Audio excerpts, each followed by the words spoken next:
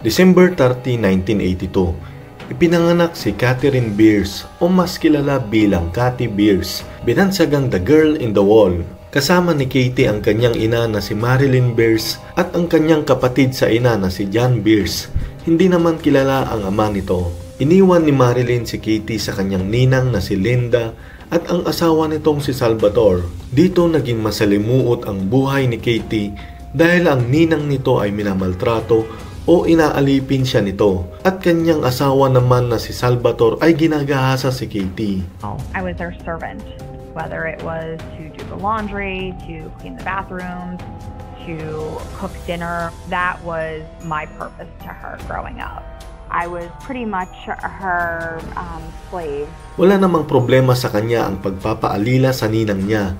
Ang problema lang ay ang kanyang uncle mismo na si Salvatore. From the time that I was 2 years old, I was sexually abused by my godmother's husband. Noong 7 taong gulang siya ay nagsumbong si Katie sa kanyang ninang pero hindi naman naniwala at mas lalong nagalit pa ito sa kanya.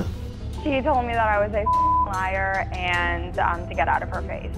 Si Katie ay hindi na pumasok sa paralan. Lumaki siyang mag-isa at ang kaibigan niya lang mismo ay si John Esposito. Si John ay malapit sa pamilya ng mga Beers, pero kay Katie ay espesyal ang kanilang pagkakaibigan. I really didn't have any friends my own age.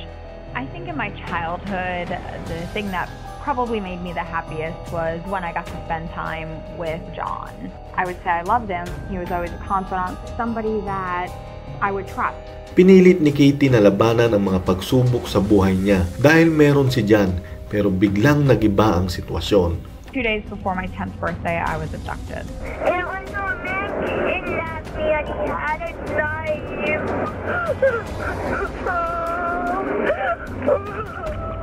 Oh no, here he comes. I gotta go. Katie. Yung boses na narinig nyo ay ang kanyang ninang na si Linda. Bago tinawagan ni Linda ang mga pulis, ay andun na sila kasama si John sa Spaceplex. Buong araw silang naghanap sa Spaceplex pero wala silang mahanap na Katie. December 28, 1992, ika-6 ng gabi. He picked me up and carried me into the closet where I realized he was opening up a door to expose a tunnel. Pinilit nila si Katie na gumapang at makarating sa dulo ng tunnel o bunker. And then he exposes this hole and he opens up this door into this room. The only word that I have to describe this room was a dungeon, a place that I couldn't escape. Sa loob ay nakita ni Katie ang napakaduming mattress. Ang kwarto ay soundproof. Ito ay yung kahit anong sigaw mo ay hindi maririnig ng mga tao sa labas. May mga kadena sa loob at isang maliit na TV. My captor looked at me and said, "This is your home now."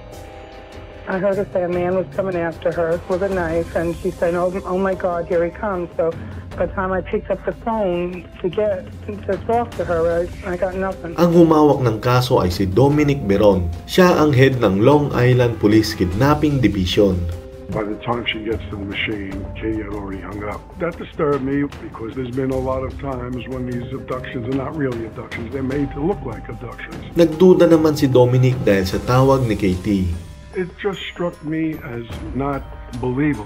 And I immediately was disturbed by the fact that a 9-year-old child would use the word kidnap. Also, how does a 9-year-old child get away from an abductor and able to use the telephone? Isinantabi muna ni Dominic ang kanyang pagdududa at ang mas dapat unahin ay hanapin ang batang si Katie. As much as I was concerned about some of the problems with the call, you did hear a girl in distress.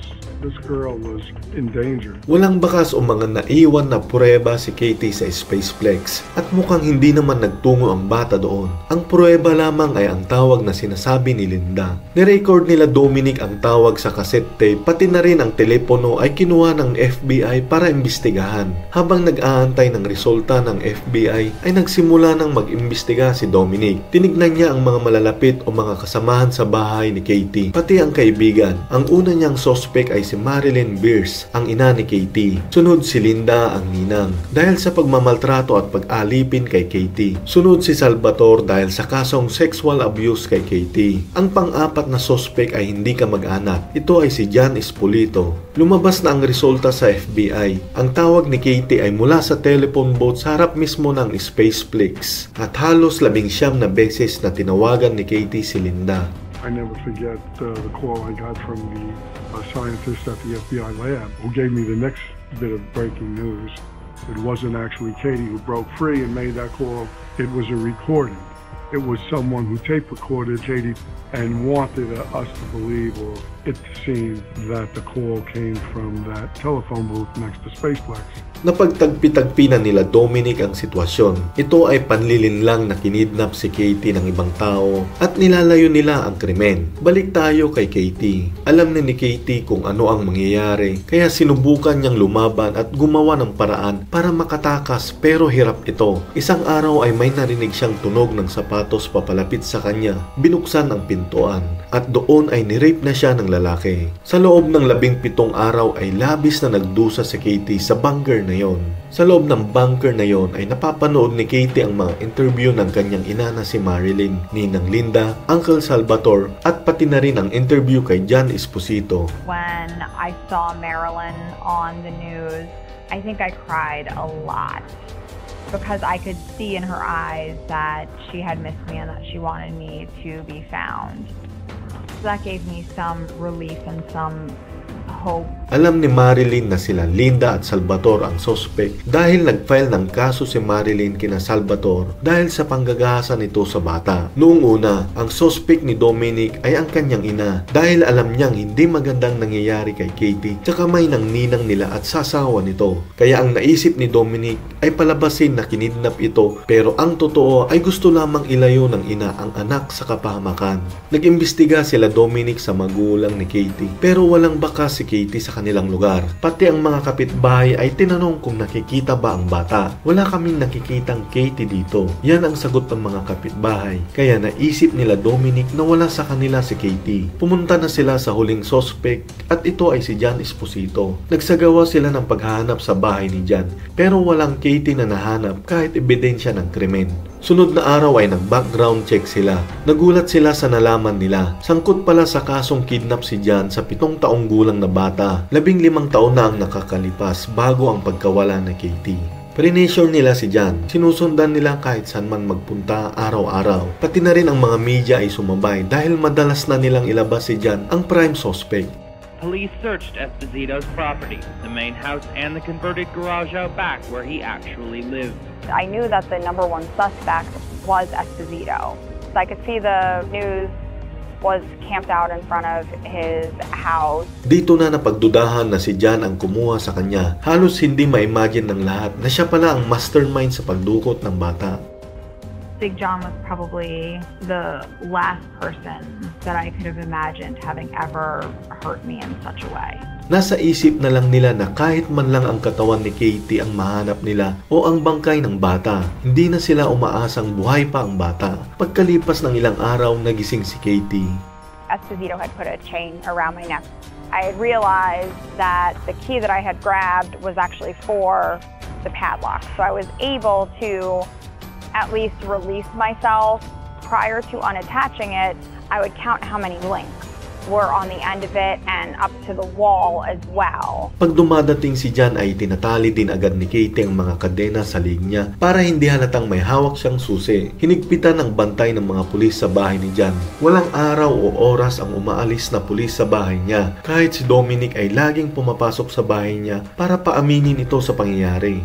I could see it drain out of his face, the concern. I was very disturbed and very concerned that John Esposito had something to do with her abduction. Humiling si John kay Katie na pipicturan siya nito na nakahiga na at wala ng buhay. Pero hindi pumayag ang bata. Mas mautak ang bata. Alam niya kasing pag ginawa niya yun ay hindi na siya hanapin ng mga pulis. Let's make police believe that you're dead. Play dead, I'll take a picture of you. Once police see that, they'll give up on you. And Katie, the bright little girl, wise little girl that she was, knew that that could be her death sentence. and she refused to play dead and let him take a picture of her. From that point on, I rarely slept, and I also did not eat any of the food that he could have altered because I was fearful that he might put something in the food, a sedative, sleeping pill, something, so that way he was able to get the photo that he wanted, so the police would stop looking for me. Pagkatapos nun ay kinausap ni Katie si John. Pinilit niyang magmakaawa at sinabihan kung ano ang pwedeng mangyari sa kanya sa pinaggagawa niya kay Katie. How I was going to go to school, what I was going to do to survive. I wanted to get married and have kids. And he would always have witty remarks right away, like, oh, you'll have kids with me, you'll marry me, you'll do this with me. So I would always tell him, no, I don't want to do that. I was disgusted. I was 10 years old. I was trying to get him to think about the long term of him kidnapping me. Sa katagalan ng pangungulit ng mga pulis ay unti-unting bumibigay si John at nai-stress ito. I told him that I was sick and I wasn't feeling well. I think between the police department laying on him at his house all the time and my questions and then me saying that I wasn't feeling well finally wore him down. So all of this pressure is mounting. He finally speaks to his attorney. He says, I have something very important to tell you. And he tells him, I know where Katie is. And the attorney says, what do you mean? He says, she's behind the wall. January 13, 1993, ito na ang pag-amin ni John. Esposito escorted police and the district attorney through all the steps of unearthing the dungeon, and police watched incredulously as he went through this 30-plus step process of revealing the dungeon that he had built. There was a bookshelf with wheels on it, and you'd have to pull that out. And then there was vinyl laid on the floor, and you pulled the vinyl back. And then there is a 200-pound concrete block that's there. And you had to know to go into the garage and get this block and tackle, to hook it in the ceiling, to hook it into the 200-pound block, and then raise this block up. And then you drop down about 7 foot into this underground chamber. And then there's a passageway. And as you crawled, you dropped into this underground chamber where Katie was kept. Nung binuksan na ang pinto ay nakita na ni Dominic ang bata. Halos ayaw maniwala ni Katie na maliligtas na siya. Masaya si Dominic at humanga sa nakita kay Katie.